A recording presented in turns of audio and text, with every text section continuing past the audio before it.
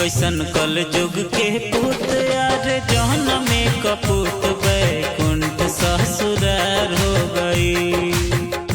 कैसन कल जुग के पूत यार जौन में कपूत बैकुंठ ससुरार हो गई।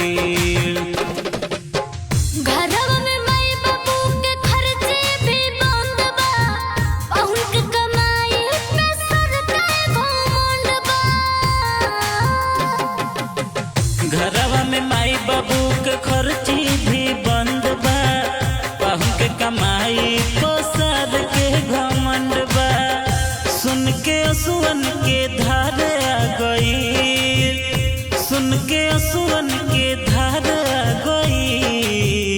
कैसन कल जुग के पूत अरे जौना में कपूत बैकुंठ ससुराल हो गई।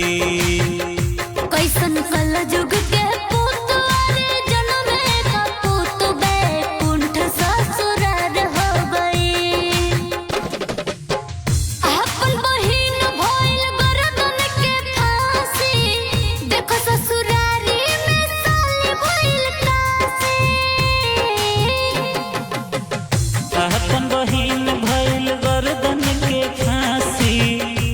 ससुरारी में साली भइल काशी।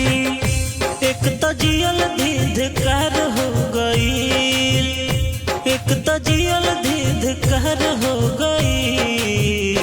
कैसन कल जुग के पूत हर जन्म में कपूत बैकुंठ ससुराल हो गई।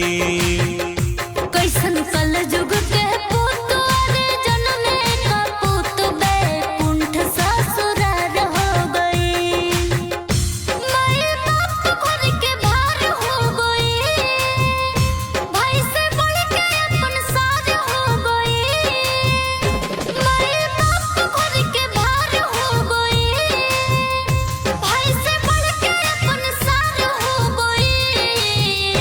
कैसन कल जुग के पूत अरे जन्म में कपूत बैकुंठ ससुरार हो गई।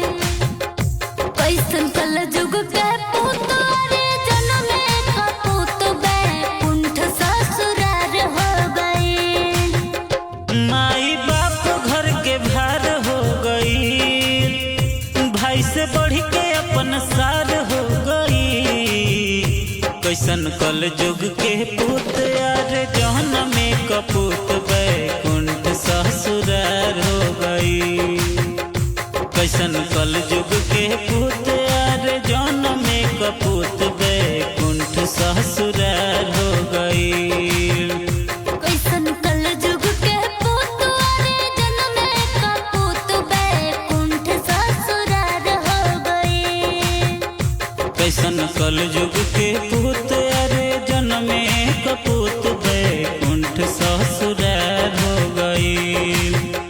कैसन कल जुग के पूत अरे जन्म में कपूत बैकुंठ ससुराल हो गई। कैसन कल जुग के पूत